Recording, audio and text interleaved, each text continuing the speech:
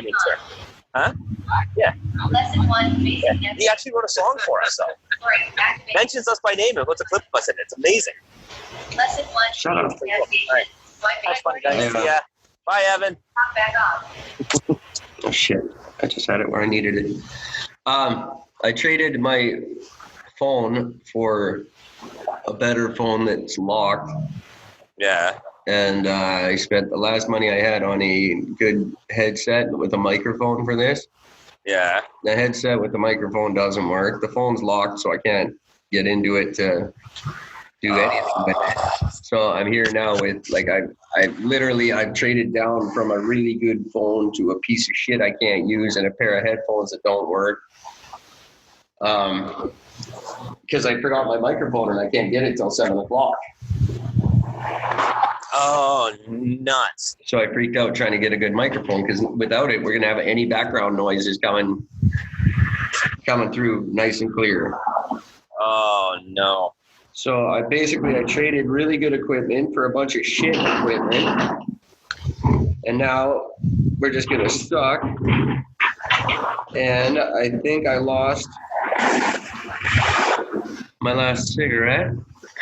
It's been a wicked day. Just awesome. This is just getting from bad to fucking worse. I'm so far beyond worse off than I was. Like, now I can't use my phone all night. You know, at the rate things are going, we're going to be huge by the end of the year. Yeah. Huge like when I use my dick pump running on a track, grabbing Sue by her cute butt. Huge like a full moon in my face, yeah, and we ain't talking moonlight. Eric and Gord, what if we're right? Take a corner street, hoe and tucker in the night. Bitches you out, you got no nightlife. Bitches you out, you weren't the nightlife. This is what happens at night when you lay down the pipe, cause you work in construction, you don't know what's Adrian, right. are you with us? Don't know what's right. What if we're right? Every time people listen to our show, I they just go, locked doors. "Dude, I totally won't be on." No, I'm still here. Okay. Can I be on? Can I be on? Check. Oh, there we go. Thank God for Somers. What a ridiculous day. Welcome, Adrian. Nice to talk to you. Hey, good hearing you, Eric and Gord. Yeah, How you doing, man? Good. How are y'all doing? Good. We're getting there. We might have to stop and start again about halfway through because I'm an idiot, but we'll just try to power through as best we can here. Okay. Oh my God, it's just been well, you've listened to a couple episodes, you know what it's like. Yeah. Good times. So I'm gonna par for the course for us. I'm gonna have to skip the great intro, although it's the most amazing intro ever, but I don't think we have time to play it yet, but it will be on the episode when we post it. Okay. So we are talking tonight, ladies and gentlemen, with finally Adrian, is it Debarros? Debarros. I've been saying it wrong all week. I apologize. This guy is the busiest man in Colorado, apparently.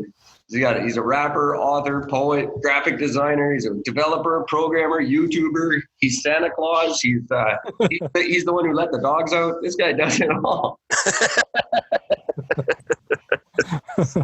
Well done.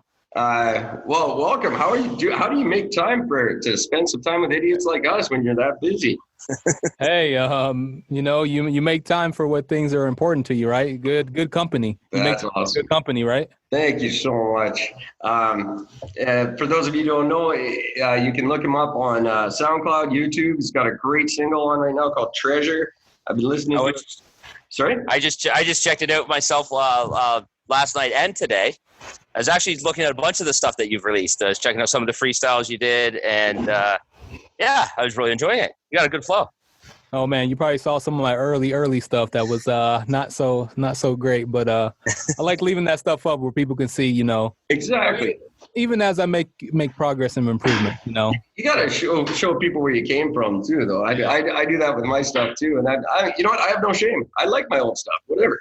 Mm-hmm. We can only get better, but now Gord used to be quite the rap enthusiast. Yeah, that's true.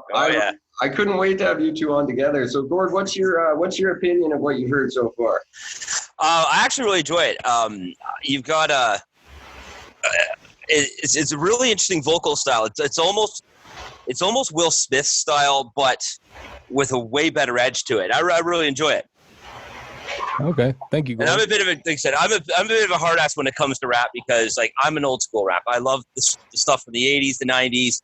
You know, like I was raised on the old school stuff, like the EPMDs and like just all the old school shit and Big Daddy Kane, all that shit. And I loved it. There's a time when I used to think I was black myself.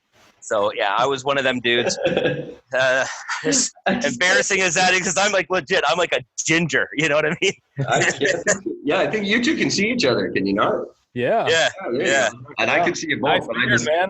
Rocking that beard. shadows. That's actually this thing is like real short. I actually had this thing down to like here for a stretch. So Wow. Eric's all pissed at me because I shaved it all off because he keeps doing up these little cartoons of me and I keep shaving my beard. I've been working on a cartoon about us for as long as I can remember, and every time I get the picture of him just perfect, he changes his beard on me. Oh man, doing that. That's just because I'm an asshole. Okay, Gord, chill out with the manscaping. Come on. Yeah, I just get bored with it. It grows fast, so what am I going to do? It'll be back in like a month, so no big deal. When you're as pretty as Gord is, you have to keep it up. It's true. When you're this Adonis, like, what are you going to do? I appreciate you that. did an interview. You did an interview with a guy, like a podcast with like a British dude. That was on Spotify. I checked out. I can't think of the guy's name off the top of my head right now. How long ago was that? Do you remember? Do you remember doing that interview? That's you, Adrian, not me. For me, I thought that was for. I thought that was for Eric. Sorry. No, that was for you. Just recently. Okay, yeah, recently because I know it was just after the release of your new single. Yes. That one was from Dave Pama in the UK. Do you have a British accent? Yeah, that's him. Yes.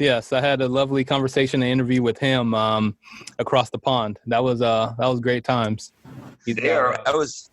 Sorry, go ahead, Gord. No, finish your point, Gord. I was just going to say, one of the things I was laughing about because one thing I'm pretty sure that Eric and I are not going to fall trap to is asking the very atypical questions that every artist gets asked. And I'd like to know, A, have you done a lot of interviews? And B, do you still always get what got you into the rap game? And, that very atypical questions that everybody gets asked. Right. So to answer a lot of that. Yeah. So to answer your question about interviews, I've done interviews in the past, but it was more in the startup realm. As you heard the other interview, I kind of my background came from the tech industry. Yeah. But so I got interviews as it pertains to, I was on a panel. And that was more just my creative side on hackathons and such, and just kind of, creating a business over a weekend, right? So that was my creative side as it pertains to hackathons. And I've received back in 2016, my good old mentor, Cole Mize. He actually has an online course and he does his coaching on how to become a better rapper.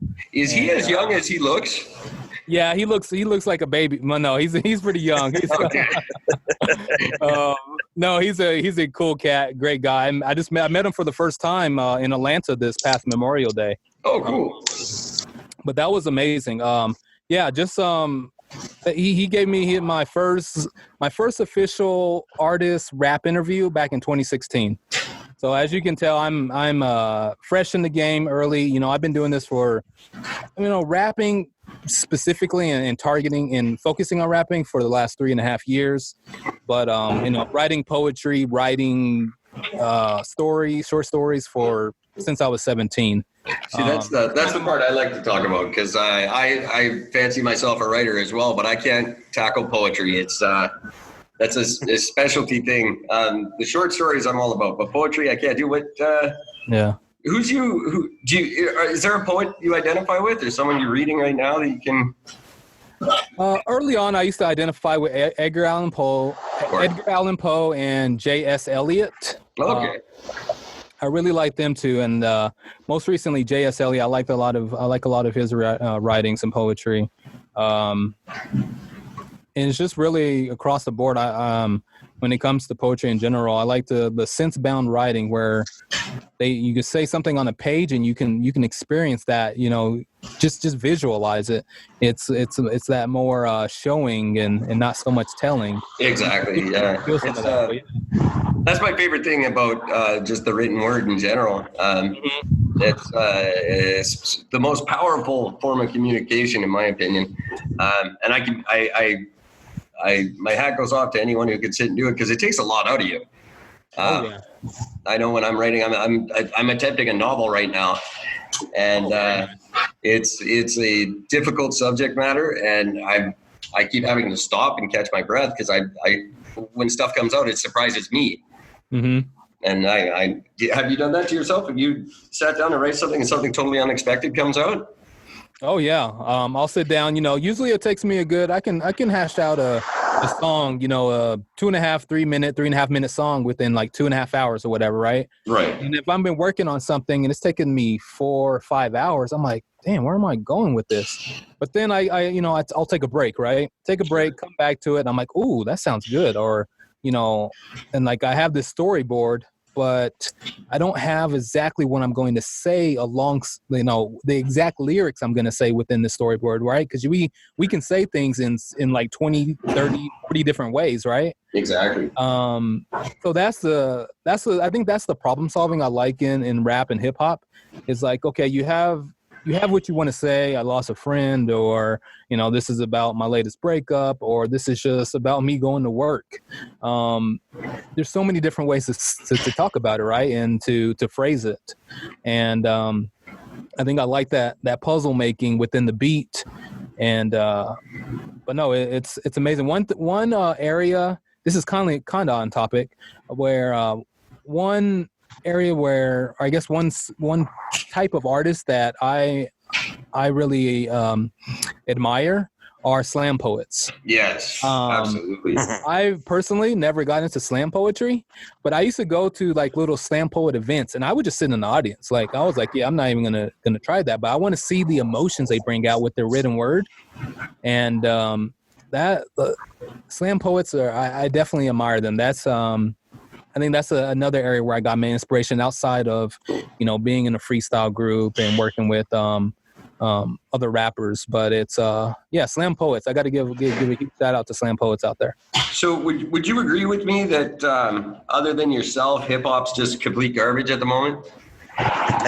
It's a different era. God bless you for saying that. I just think this mumble rap thing's got to stop. Someone's got to put some words into it. Yeah. And that's just my opinion. I was talking to Derek about this last night when we were doing an episode, or the other night. I don't remember anymore. It's all a blur. But I said I was checking out, like, I went up on these four different top 25, top 50, and 2 top 100 lists of the best rappers of all time. Mm-hmm.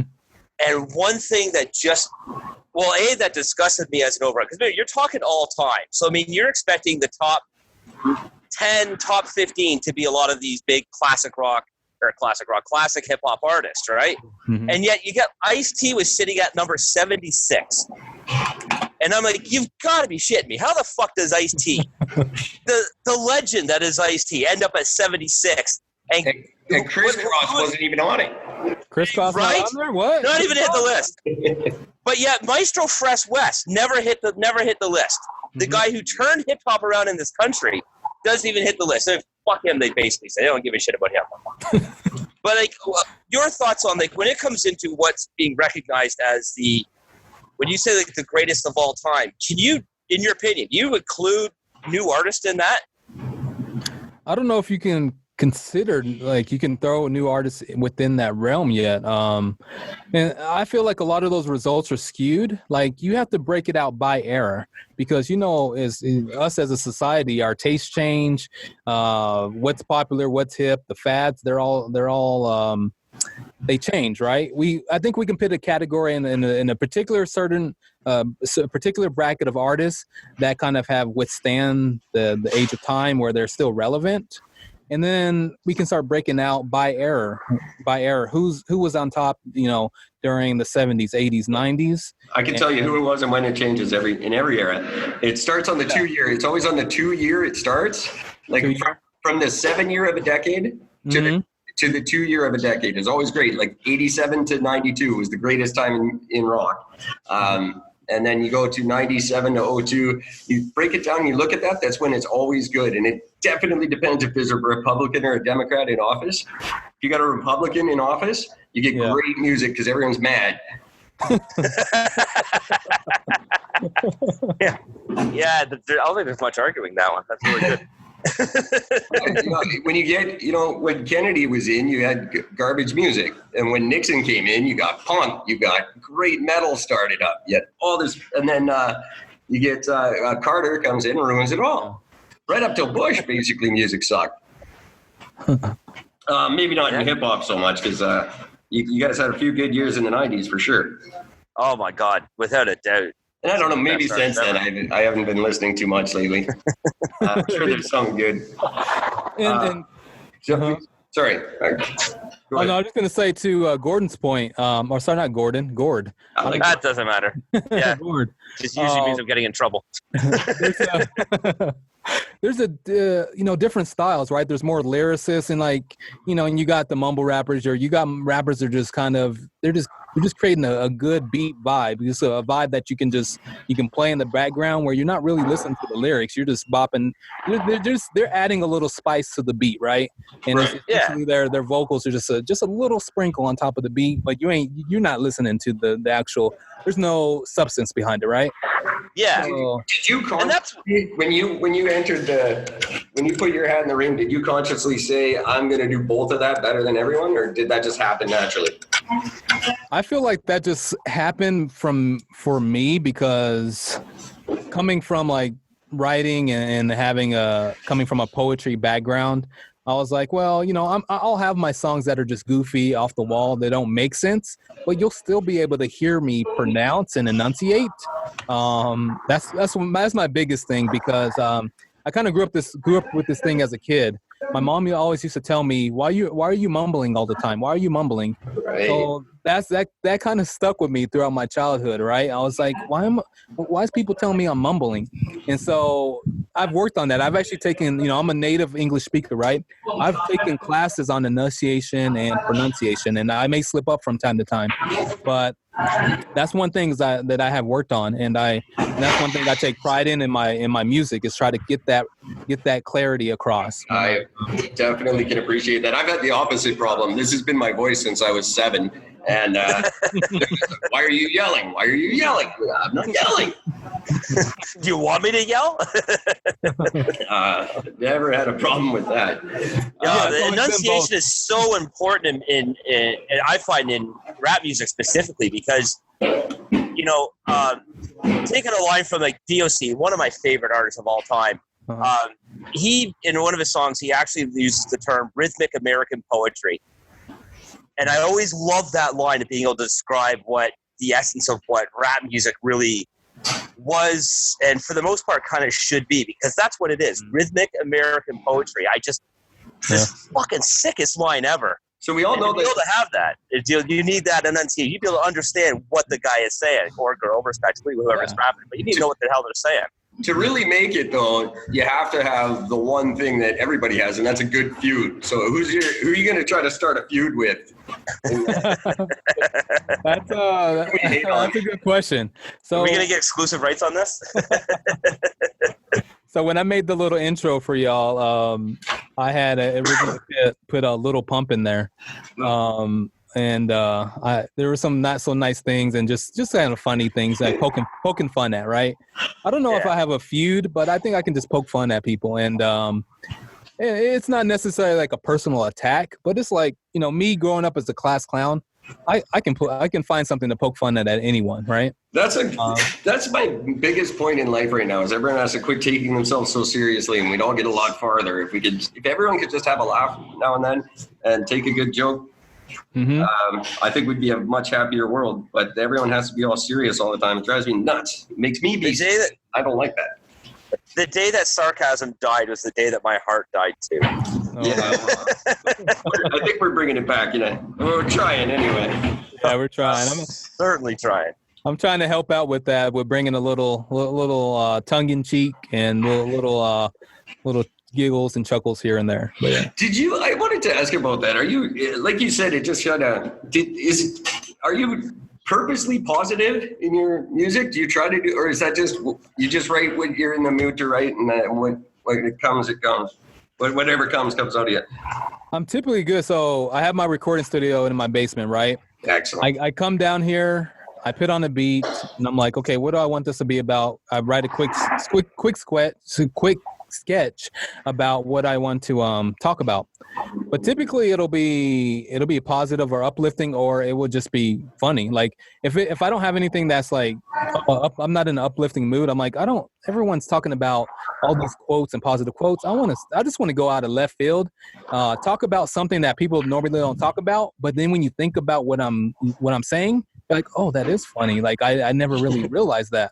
So I'll sit down and I really have to get into the groove. I may come down here and not feel like writing, but I spend an hour just kind of get into the groove. Honestly, it just comes to me. But I do have to put in that prep time. If I don't sit down here, if I come down here and expect within the first 10 minutes just to let out magical out of my head, it typically doesn't happen that way. That's cool. I'm gonna say I always end up with something completely different than I tried to do. So, and sometimes when I'm in the happiest mood and I think I'm great, the most dark, nasty stuff comes out of me. I don't know how that works, but yeah. But typically I'm positive and try to be funny. I don't know, try to be funny. I think it's just me growing up as a class clown and wanting to make people laugh, but I don't want to be a stand-up comedian. No, exactly. So, yeah. Who does? Yeah. It's a miserable life, actually. I tried my hand at it for a few years, and it's better than music in one way because you don't have to share the glory with anybody. You're just like, yeah, that was all me. So. I guess that's true, isn't it? But when you bomb hard, and it's and you bomb alone, and you don't get to blame the band. Yeah, exactly. Can't blame the bass player on that one. Or your producers or anyone. Yeah. So when you're writing music, question, like you're sitting down to actually legit, like, I mean, you got the lyrics, whatever. Do you mainly, like, when it comes down to writing the actual music, do you like have like a set of lyrics, like, okay, this lyric needs to be great, and then all of a sudden you catch a beat, and then you're like, shit, these lyrics don't really fit it. Will you customize the lyrics to make it fit the beat, or will you actually write songs based off of the beat? Write songs off the beat. So when I first got into rap, I kept, when I was from my, poetry days, right? I would write something down, listen to the beat, and then I tried to acclimate the written word, the poetry, to the beat. And I found that was just too jarring, right? It wasn't like a cohesive piece. It wasn't unity. It's like trying to force myself to go on a date with someone, or trying to force a lady to come out with me, instead of like things kind of happen naturally. So now I take the beauty. I look at I personify the beat as a woman, and then I start writing to her curves, her beauty, or whatnot. But that's where I've been going wrong. Cool. I like that. So that's where I had to make that switch too. It took me a good, 2 years to finally beat that into my head. Stop trying to acclimate these written words to the beat, but more feel the beat, fill it out, acclimate, and then just go from there. You can always adjust your lyrics after you've written to the beat to fit timing or spacing and delivery. You can always adjust that. But if you have no reference of what's going to be the spotlight of the song, the instrumental. That's one of the spotlights, and you always have to look at it as you're the instrument, the artist, the rapper. They're an additional instrument. If they're writing and they don't know how the rest of the band's gonna sound, well, I can come in after the band is sounding all good, right? I could come in and sound like hot garbage, and then the band is gonna be like, well, you need to clean your shit up. But so yes, to answer your question, now I only write to the beat, and I don't do it the reverse way like I started out. I'm writing this all down right now because I have to write a song for another podcast. Taking notes here. It's like a woman. Get your timing down, No means no. Hashtag me too. Yeah. Oh man. Down me too. I should probably plug something right now, but I'm not going to. No one's paying me anyway. No. We'll insert that later. Not yet. They're not paying you yet. Not right. yet. Not yet. And some of them are supposed to be. No, there you go. So are you're what's this year hold for you? I know you're a busy guy, and this single is going to be gigantic if people start listening to it. Is it just YouTube and SoundCloud right now? Where else can they hear this, by the way? Everywhere else, it's on the streaming platform. So you got Apple Music, Nice. Google Music, all streaming platforms, Deezer, Tidal. I already have it going through a distributor. So yes, it's on all major platforms. So is Ashes of Purgatory, by the way, guys. If you Spotify. Ashes and Adrian, very close there. You can buy them both. It'll be good. There's the plug. Ashes made no money this month, so I'm just already went the 9th. Anyway, everyone who's listening, go listen to this track. If you have to pay for it, do, because this guy, we all need money.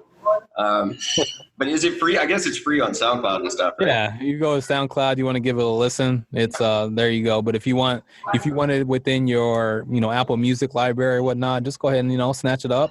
And next time you're out on the beach, you're out with your lady or guy, play Treasure Back. It's a fun song. It's really I really enjoyed it, and that's what everybody's getting in the next 15 messages you get from me on Facebook are going to be Treasure and the as of yet untitled awesome rap that was done for us. No one's ever done a rap for me. That's the coolest thing that's probably ever happened in my life. Dude, I almost cried. I'm not even legit. I'm not even joking. I was like almost weeping. I'm like, I got mentioned in a song. Not It's like the coolest shit ever. It's not just that, but Just a quick little intro for y'all. That's It was so cool. awesome. It was just the coolest thing in the world. Bottom of my heart, legit, man. Thank you very much. That was the coolest shit ever. You got any plans for a tour or anything this year? Not this year. So when it comes to tours, like last year in May of 2018, I just went out to London, and just it was more of a vacation, but I did try to see if there was any venues I could reach out to, and kind of just promote the music. That at the time I had released Ladders. Ladders are more serious side to me. It was I like Ladders. That one's is that more comeback. When you're down in the dirt, kind of get yourself focused off yourself and think about your team so you can pull yourself back up. Sure. But that one was I went out there. So this year. I'm planning a trip to New York. Very cool. And so we should have some fun with that out in New York. That's awesome. So it's not an official tour. It's just simply me going to places. Hey, and and I try not to spam people. And I think one thing I've noticed is, and one thing I like, I'll just play the music and not tell anyone it's me. And cool. You get a different reaction if you tell someone, hey, listen to my track, and then they're sitting in front of you. They're gonna be like, they're gonna tell you, oh, this is great. But if you just play the music, and you'll get their natural, unbiased response. I would probably prefer the lies, to be honest. Lie to me. Lie to me. Tell me I'm good, please. I don't need that anymore. I tell myself I'm fantastic constantly. So that's why I own a mirror. You're a good guy. I'm sorry. Don't I know worry about them. We're just firing these questions at you because we always have a short time when we do these interviews, and we want to get so much in. I gotta ask you, poor guy, why did you get stuck going to Edmonton of all places?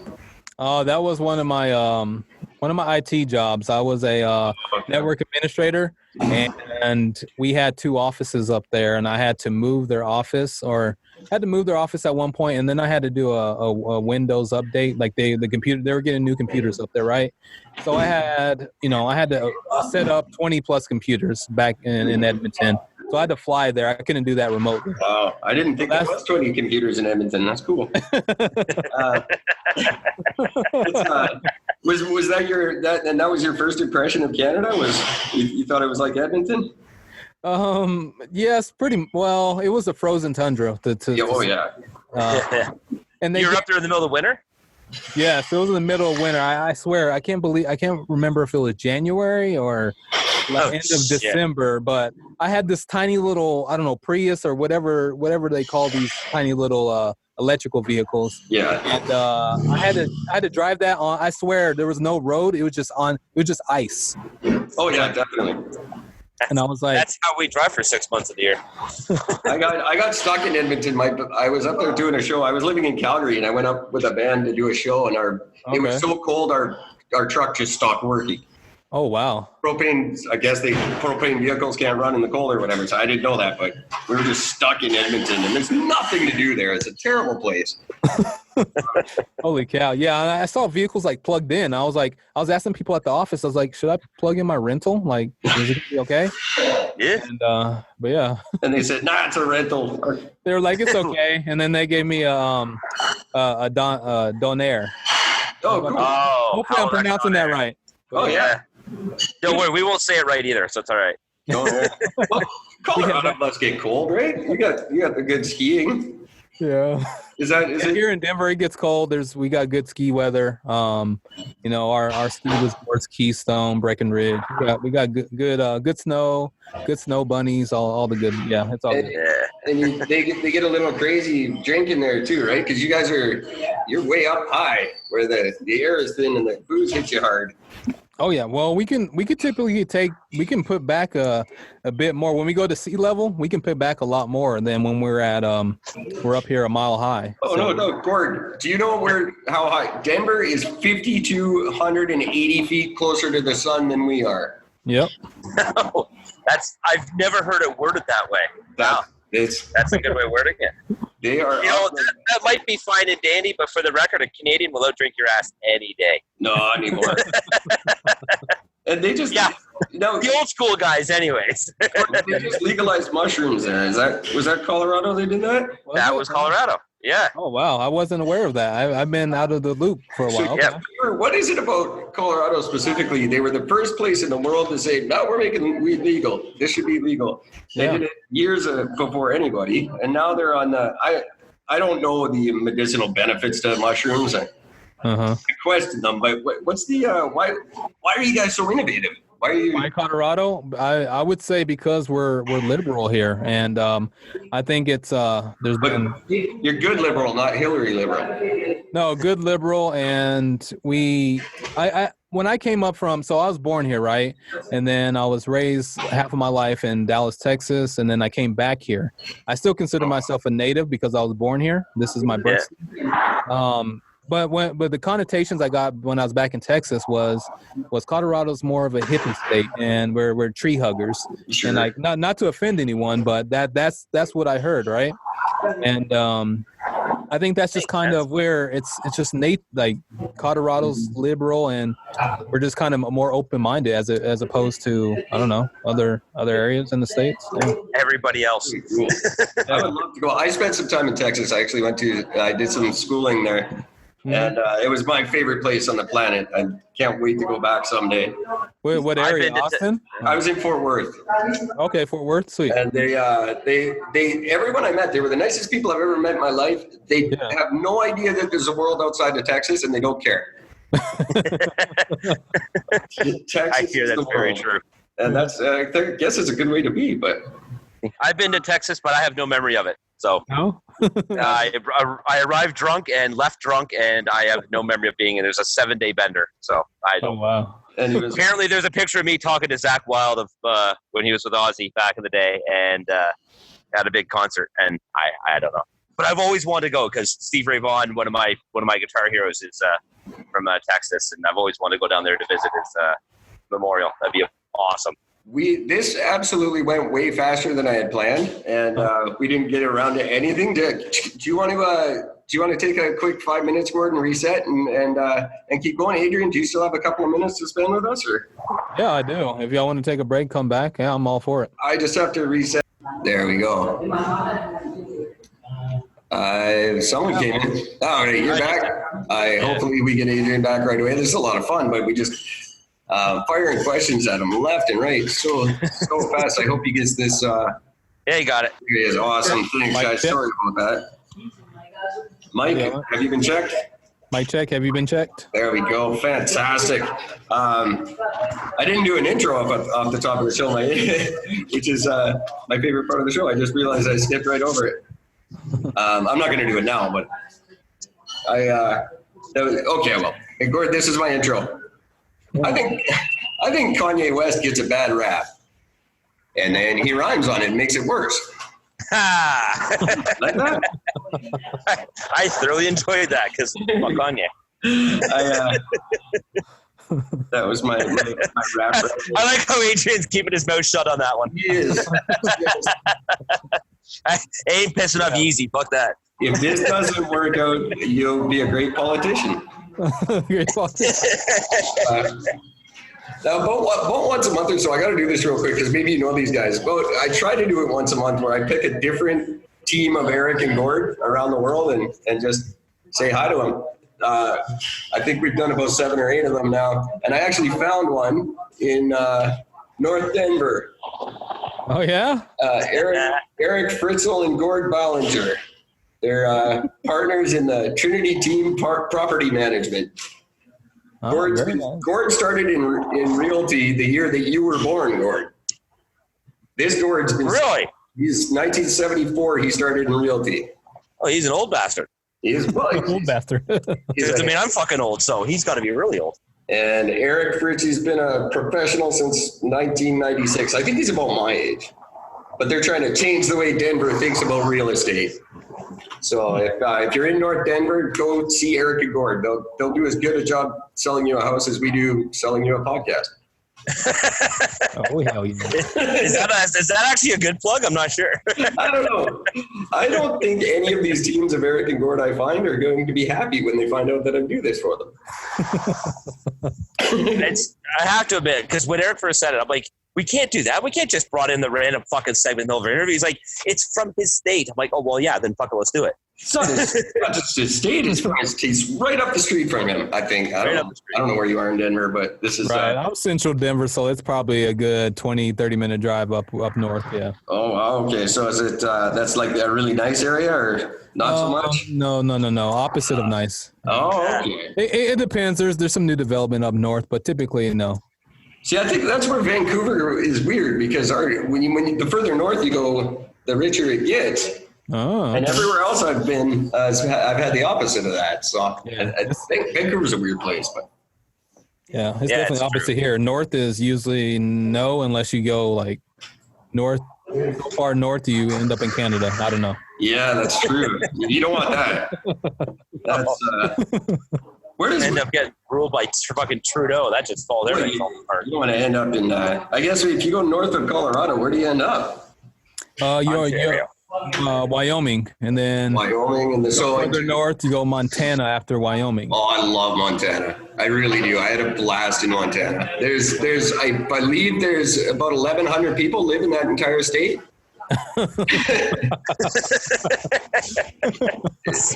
Somewhere close to that. Remember, we were stunned when we actually looked up the population of Montana. We're like, oh shit, there's like over 1 million people. 1,100. And there's 1,100 people, and I think 1,300 Burger Kings. It's a great state. Hang out at. I had a blast in Montana. I went to see a Pearl Jam concert years ago, and we just spent a week, and it was the best time I've ever had. They're just fantastic people. I love America. I can't wait to get famous and move to America. I think it's my favorite. Well, I've only ever been to 2 countries, and yours is definitely my favorite of the 2. Okay. You need to explore more countries. I think I definitely do. And anybody listening, if you want to fund an Eric and Gord tour around the world, we're happy to participate. My whole view of the world is based on Australia, so it's not particularly popular. Well, obviously, because Australia doesn't exist, Eric. Come on. Oh, my God. Don't even get me. Oh, those idiots are on... because now they've scheduled a moon landing for 2024, and these guys are just going ape shit about it. And now we got these Area 51 losers. Are they talking about this in Colorado? This Storm Area 51 crap? Yeah, I heard. I didn't hear, but I saw something briefly on. I glanced at CNN, and I saw something about that back in. Something going on in Arizona or somewhere. They're storming Area 51. Apparently, they've got 2 million people who are just going to rush the gates and try to get in. Regardless of the consequences. Yeah, because a bullet won't stop them. No. They're whoever is leading. I don't know the head honcho, the military, whoever it is, came out and said, "Don't do that. We'll shoot you." And they're operating under the assumption that they won't shoot Americans if they do this. And I think it's going to be even if it does work out, like what's in Area 51, do you think? There's really nothing. I guarantee it. A bunch of abandoned, I don't know, fallout shelters? Pretty much. Yeah, I don't know. Probably not a whole lot of much, no. Do you There's remember one alien that got left over from the 60s. He's still hanging around, wondering why he can't get the fuck home. He's no one, but we just, I don't know. It just seems like such a waste of energy. And that's what everyone's doing these days. It's just wasting energy when we could be putting it towards actually solving problems instead of creating more. I don't understand it. And we're just following your lead in like whatever America does, we do it on a very smaller scale and much, much worse with far worse consequences because we're not designed to deal with consequences up here the way you guys are. No, not at all. It's I don't know. Sorry, Gord, I didn't mean to cut you off. It's actually funny you brought this up because I actually got a call earlier today from the Conservative Party asking about my vote. Well, I told her. Yeah, I was very honest about it. Was it a real person? It was an actual person. And the funny thing was, she was so stoked when I answered because she's like, oh my God, it's a person. I've been dealing with answer machines all day. I'm like, well, it's because nobody wants to fucking talk to you. And she's like, oh. They just so are you a conservative? No. They sent me a text. That's all. They wouldn't even talk to me. I got a text. Can we count on your vote? I was like, yeah, maybe if you called. Jesus. Ridiculous. The one thing that I noticed, and this is the thing, especially with pretty much all politics now, for the most part, is that the only thing that this fucking chick talked about the whole time was she's like, all right, so we count on you for a conservative vote because the liberals basically just keep fucking everything up. And I'm like, see, this is why you're not getting my vote. She's like, what do you mean? I'm like, because you won't talk about what you're going to do. You're only talking about what the other party is doing. Well, yeah. Well, we have a lot. She goes, you can go online. I'm like, yeah, but you're calling me just to blast somebody else. And for that reason, I won't vote for you. But if it makes you feel better, I'm not voting for them either. Yeah, there you go. No, they can't tell you what Andrew Scheer is going to do because he's just going to sacrifice babies and drink blood. And as soon as he gets elected, he's going to sprout 8-foot wings and just fly over the whole crowd, just cackling and killing little liberal children. This guy. He really, I don't even know how to describe this man, but he's a young guy. He's only my age. He'll be the youngest prime minister. If he wins, he'll be Justin, who is currently the youngest prime minister we've ever had. And this is why you don't vote for young people. They're stupid and they do things like this. But So true. Andrew Scheer he's just evil and he wants to show the world how crazy he can be. And he's just pushing it to a ridiculous degree where we're going to go back. It'll be like living in the 50s. He'll eliminate everything he can possibly eliminate and then wonder why we're all miserable. It's conservatives in general, like, and these are real conservatives, not like Trump. He's obviously not really a conservative at all. No.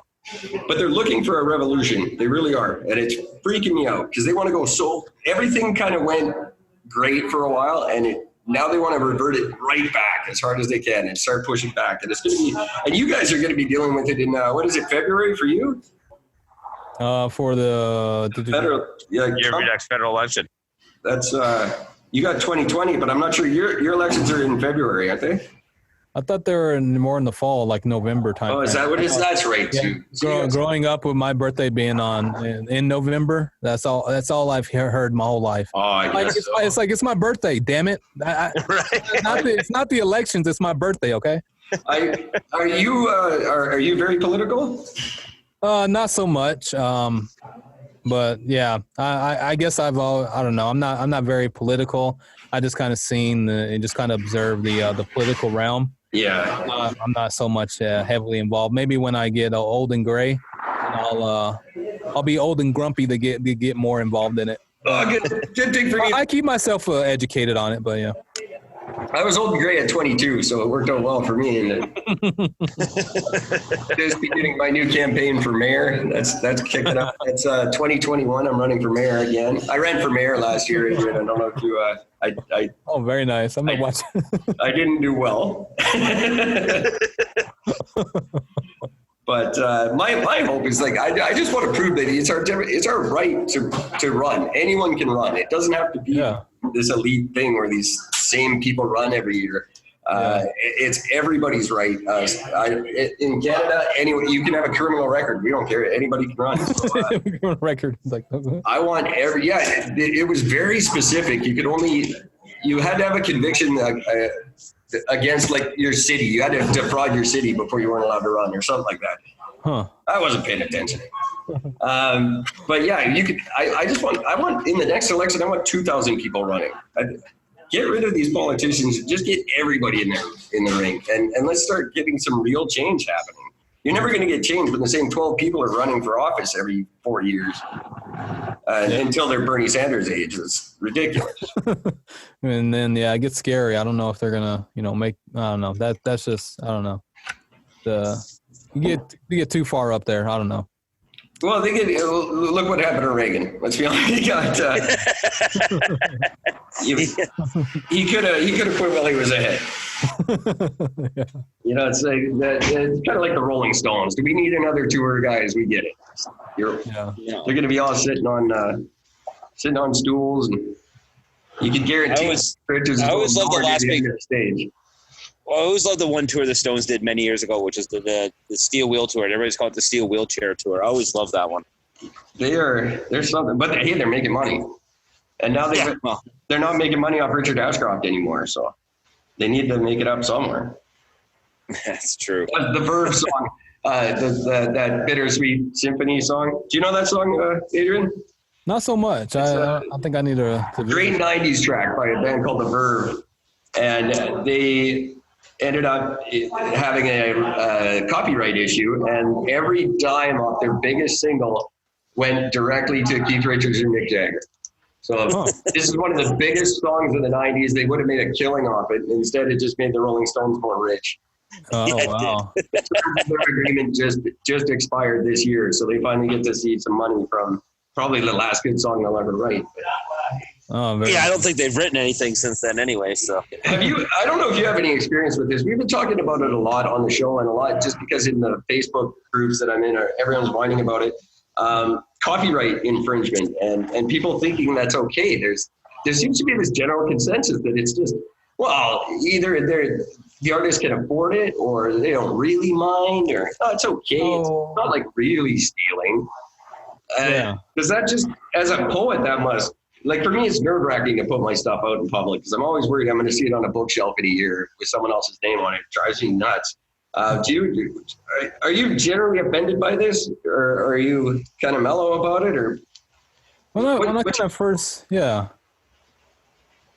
kind of first got into the arena, I was like, well, I think I was okay. To take you back, I was more self-conscious or fearful of when I was more in the startup tech realm. When I would go to hackathons, or I had a startup idea, like the time when I had thought of a device that you magnetically attach to your washer and dryer, and it alerts you when your washer is done, or when your dryer is done, just based off of vibrations, right? I was more fearful of someone stealing my idea. Well, that's the same. That's still intellectual property, though, right? Yeah. And that would be terrible too. I'm sure some of mine have been stolen. Anyway, sorry. Yeah, and when I came into the music realm, I really didn't give a fuck. I was like, who can really? I was like, when it comes down to it, like, I don't know if someone could really perform my lyrics. Like, this is me. Like the wackiness or the seriousness, or if I get deep and heavy and this guy got you balling, like, who can really copy that? Like, I love that. You can't copy my performance. Like, you can get the lyrics, but you're not performing them like me. I love that. What a great answer. I like your swagger, sir. I must say. Yeah, you can steal my song. You're gonna fuck it up. I'm amazing. I love that. I'm gonna have to get back to my Facebook group this evening and have a little chat with them, because we've been fighting about this for days. There's a lot of, particularly podcasters, who think it's okay. Like, oh, well, just take it. Yeah, my argument is, if you wouldn't steal someone's car, why is it okay to steal their song? Right. I mean, it's not okay, but then you have that mentality. They're not going to perform it like you. It's not coming from you. They're going to be this artificial. It's not going to sound like if you were to perform it, right? I think, to be honest, I'd be kind of flattered if it happened. I'd be like, oh, wow, they thought I was good enough to rip off. Yeah, that's true. Yeah. But then you start seeing them rolling in Justin Bieber money, and you go, I should have maybe kept that song for myself. Yeah. So I always think about that band Snap that stole Chill Rob G's song. Shit, now I can't think of the name of the song because I'm not paying attention to what I'm saying. I can't think of the name. Was it the Katy Perry one? Katy Perry, No. the Christian rapper? No. No. Way before that. Fuck, I need some proof. It's on my mind, but yeah, he wrote a song, and this band Snap legit stole all of it. The music, the lyrics, everything about it was legit lifted. Snap made it famous, and Chill Rob G got fucking nothing. He just got right up screwed out of the entire deal. He sued them and still lost, even though he proved he had the intellectual property first. Damn. That is definitely. Yeah, I Got the Power. That's what it was. I got the power. Oh, really? That one? Yeah, that one. That song. The Fisher Prince song. Yeah. I Got the Power. That song that everybody knew in the early mid-'90s was actually written and performed by another dude. I have a clip of it here, and I can't get to it fast enough. Someone made a mention about if you do this, you're going to be forgotten, or you're going to be as forgettable as Milli Vanilli. And I went, that's a horrible analogy. No one ever forgot Milli Vanilli. They're legendary for what they did. Yeah, you're a younger guy. Do you know who the fuck Milli Vanilli is? Yes, I know. Yeah, okay. Milli Vanilli from the '90s, and was it Vanilla Ice? That era. It was the same era, yeah. But Milli Vanilli were people are going to forget you like Milli Vanilli. No one's ever forgotten them. They were great. They lip synced their whole. Yeah. They didn't sing a. I mean, they're still getting their royalty checks, and they not anymore. They're not. No, no, they got busted pretty hard. They had Grammys taken away from them. It was incredibly embarrassing. They legit did nothing. They were the faces. They recorded nothing. They sang nothing. They did nothing. They were just a couple of guys in spandex. They rocked some sick corn rolls. Let's be honest. Yeah, it's true. Not every dude can pull that look off. I haven't attempted it yet, but I always thought about it. I had a buddy who did. He got hair extensions, like cornroll hair extensions, and we were on stage one time. They started flying off. Wow, flying off. They were flying into the crowd. Projectiles. Fuck it, bring him after the show. We'll sign him for you. How the fuck do you sign a cornrow? You imagine that all sweaty, it's all fucked up and matted, and you go, here, let me sign that for you. How do you face anyone in your audience when you're on stage and your hair's flying off? This day and age, they'd put it on eBay and see how much they could get exactly. People are paying a fortune for it, too. There's a new thing. People are making cologne out of people's sweat. What? There's sweat in, then they'll make a perfume out of it, and then you've got, no, I stink like Katy Perry and shit. That's not. That is filthy. Why would you? I don't understand people. That's one of the reasons I do want to get like super mega famous is because you can make just people do anything. Yeah. Like the whole Izzle thing that Snoop started, that that was a joke. Like, I want to see what I can make stupid white people say. I'm going to start saying Izzle all the time. And 2 years later. You got Martha fucking Stewart saying it. Yeah. They just, I can't. Sizzle my dizzle, snizzle. Yeah, there it is. Yeah, thanks. I'm sure it will come up with one. I have nothing like that. I don't have a catchphrase yet. And Gord's is just something with an F word. I don't know. It might just pull of F-bombs. It's either that or eating a bullet. It's one of the two. Eat a bullet, and that's a popular thing. People are very fond of Gord. I don't know if you're aware of this. People really love the Gord show. Gord show, eh? That's I get emails constantly about, and they ask questions about Gord and Gord's podcast and all the great stuff Gord does. and I say this on the show. I legit, all I do is call in and shoot my mouth off like an asshole. I really don't contribute anything else to this. So please don't refer it to Gord's show. It's not mine. And I just screw everything. I just screw everything up. That's why it takes me so long to do everything. 23 hours a day I work on this. I screw things up and then I sell all my equipment trying to fix it. It's My favorite is when Eric will come up with something to talk about, and then I'll just call in, and I'm like, okay, I'm pissed about this. All right, fuck what I just prepared this the last 24 hours for. All right, I've spent 24 hours. Sorry, I caught that, Gord, when there's the one podcast where you like had went off on like a Christian guy that he thought you were like not agreeing with him, and that he was like, you're attacking me. He's like, you're attacking me and this and that. I was like rolling to that podcast episode. Was that you were like livid. yeah, it happens once in a while. Was that? We had one. Which one, Eric? Do you remember that one? Well, there was one. I think the title of the episode is. Well, there was the one where you were bitching about people with Down syndrome, and I would allow. And apparently, everyone with Down syndrome is behind me right now. Yeah, I don't think it was that one. And there was one. I think it's called The First Disagreement We Ever Had, or something like that.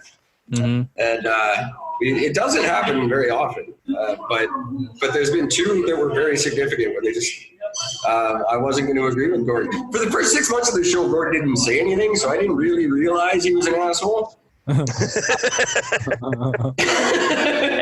then he let me swear, and Gord opened up a little bit. Now we realize this Gord's a dick. Oh, that was brilliant. If anyone wants to go back and listen to last June of 2018, where I didn't want to swear on this show. It originally started as a show called Is It Just Me? And it was myself, and I wanted something my mom could listen to. Okay. And Gord agreed to that. And then I could see it, just the tension and that vein in his neck was about an inch out. And I said, all right, once a month I'll let you swear. And that was in June of last year, and it hasn't stopped yet. But it really hasn't. It gets and do you swear in your music at all? I haven't heard it yet, but you haven't heard it yet, but actually my most recent freestyles I've let off some a little profanity there. That's nice. I think it's necessary. I mean, but I use it sparingly. I try to use it as an accentuation of what I'm trying to say. If it really needs, if it doesn't make a point, then I don't see the need for it. Yeah, just not for the heck of it. It's got to be a kick of cayenne on it. It's like definitely. Pearl Jam. If you know Pearl Jam at all, Eddie Vedder is brilliant at it. I think he probably uses the F word 4 times in 12 albums, but when he does, you're just like, ouch. I can't speak without it. So your job interviews are going to be fantastic this week. That's the thing. When I first got into sales, I'm like, okay, Gord, you can't swear. I'm like, well, what the fuck are you hiring me for? What are you thinking? See, that's I don't know how it works, but Gord will walk up to someone and go, "You're a fucking idiot." They'll be like, "That's the kind of attitude I need. You're hired." It's sadly but true. I'll just end up owing them money somehow. If I walked up and said the same thing, 12 guys would beat me up, and somehow I'd owe them money for it. But Gord will just get a job and here, take a car, take whatever. We like the way you're doing. I don't know. There's something about him that I need to learn from. And so now we're gonna have to put Colorado on our tour. How far is Colorado from Washington? Washington, that's I think it's a 4.5, maybe 4 hour flight. 4 hour flight. Yeah. Oh, jeez. Yeah. I don't know as far as the distance. I could easily get that. 4 hour flight's far. That's enough. That's all I need. Yeah, that's thousands of miles, right? I was gonna say it's a 4.5 hour flight from BC to Ontario. So yeah, okay. But Adrian's already ahead of me by an hour, so it's much shorter for him than me. We're planning a road trip, Adrian. We're trying to get through Washington and through Virginia and New York and down to New Jersey to visit a friend of ours. And it's just getting bigger and bigger. Yeah. And now I really want to throw Colorado on that list because I've never been there. I've never heard a bad word about the place. Okay. I'm going to give it to you on kilometers. Okay. 2,396 kilometers. Oh, geez. Yeah. And that's about I could do that in 6 hours driving. You can do that in 6 hours? I drive with a lead foot. 2,000, no way, because I did Vancouver to Winnipeg. You have to do it in 12-hour strips. So, like, for me to get to you, Gord, would be at least, and that's about 2,000, I think. And that would take me, I got to do 12 hours at a time, or else I start killing people. Well, it takes 24 hours just to get from like my town to Manitoba. Yeah, and it takes 24 hours just to get out of Ontario. And then it's another 24 hours to Vancouver. You do 2 12-hour drives. You stop in Calgary and then get to Vancouver. So and then another basically the same distance to Colorado. I don't think we're going to make it on this trip. That's disappointing. Oh, well, fuck it. We'll fucking make it. Fuck it. We're just going to have to make the trip longer. Yeah. 24 hours from Denver. 24.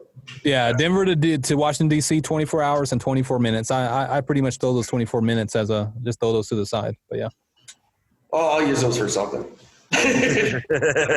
Wow, that's huge. We're just going to have to do the entire country because we're getting – your country likes me a lot better than mine, apparently. We're blowing up. 58% of my audience is in California. So, very nice. You're going to have to stop by and see those kids too. If you're swinging through Colorado, hey, you gotta let me know. I'll run out the house. I'll make sure I have clothing on first, but I'll run out. Well, that would be appreciative. I'm definitely gonna have to try to make it out there somewhere, and I'm gonna need a place to stay if I'm there. So, there you go. If Eric and Gord, the realty guys, can't hook me up, then got to come down a little south from North Denver. But yeah. I want to see it now. You gave it such a ringing endorsement. I'm gonna check out North Denver. Is gonna be is it like Judgment Night? No, you said Judgment Night.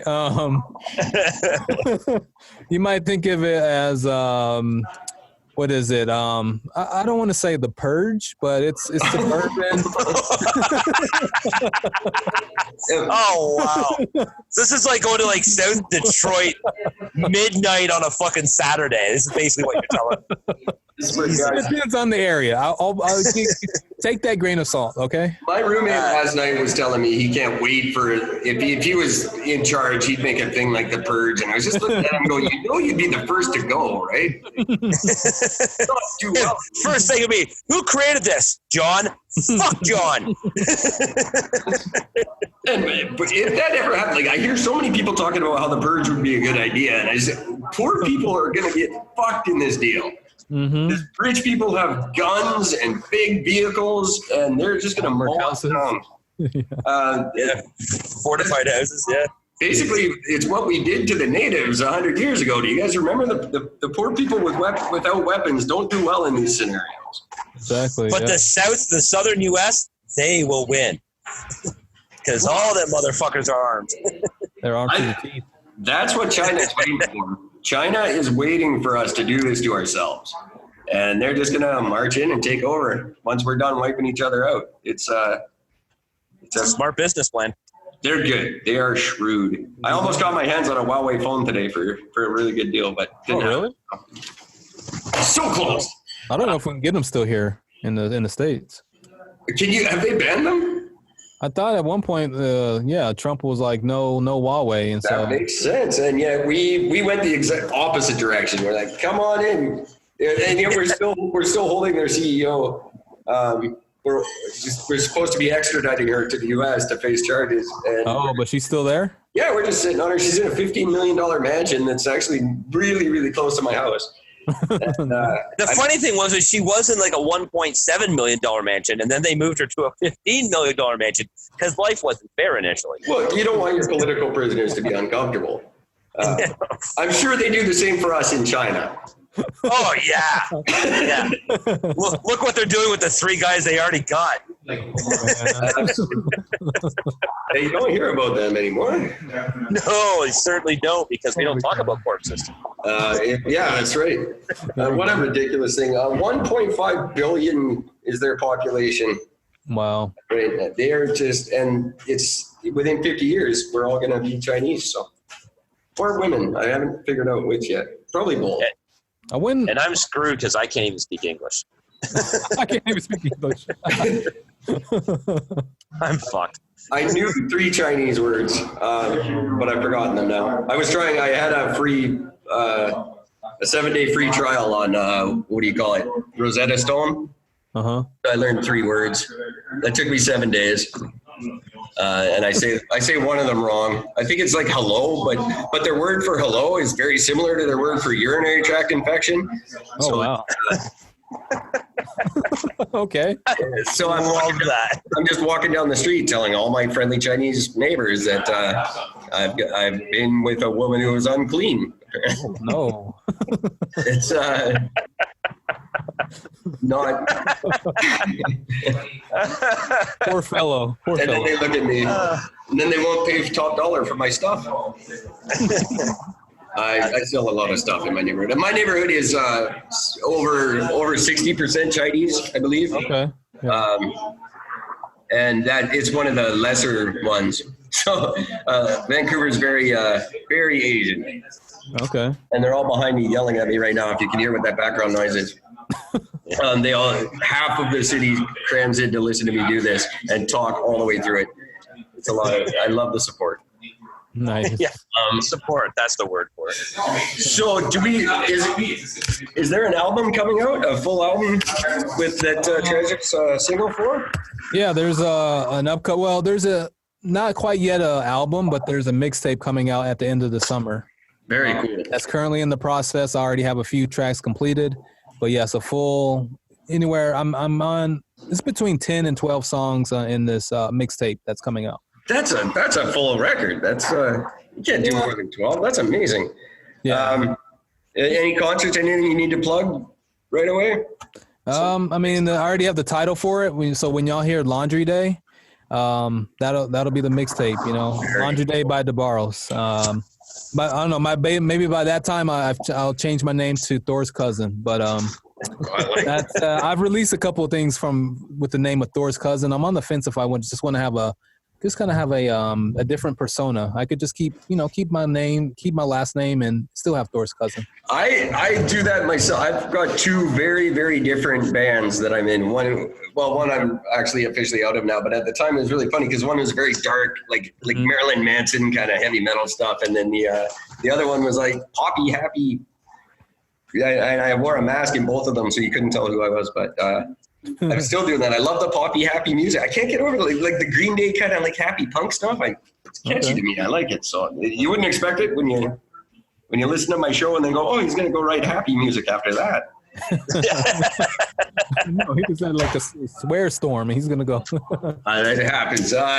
So everybody go out and get your hands on this single for now, and look for Laundry Day at the end of the summer. This is good. You want to get it now because this guy is going to be massive.